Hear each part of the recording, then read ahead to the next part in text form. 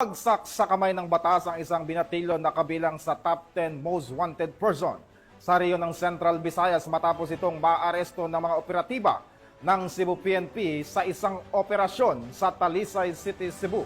Yan ang tinutukan ni Patrolwoman Flora May Azares.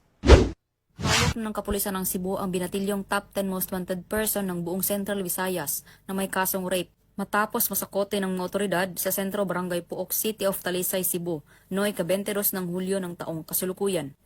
Kinilala ni Police Lieutenant Colonel Brian O'Neil C. Salvacion, Chief ng Provincial Intelligence Unit, Provincial Drug Enforcement Unit, Cebu Police Provincial Office.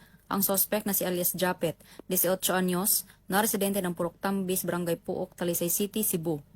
Ayon sa ulat ng pulisya, bandang alas 10:15 ng gabi, nang tuluyang mapasakamay ng mga otoridad ang suspect sa bisa ng warrant of arrest para sa kasong rape of minor sa ilalim ng Article 266A Paragraph 1D ng Revised Penal Code na inisyo ni Honorable Romeo Abelio Reyes, Presiding Judge ng FC 7th Judicial Region Branch 7 City of Talisay, Cebu, na walang rekomendadong piyansa. Kasulukuyang nasa kustodiya ng City of Talisay PS Custodial Facility ang suspect para sa dokumentasyon at tamang disposisyon. Ang pagkakaaresto sa isa sa top 10 most wanted sa Region 7 dahil sa kasong panggagahasa sa isang minor de edad ay patunay na walang ligtas sa batas ang mga umaabuso sa kabataan.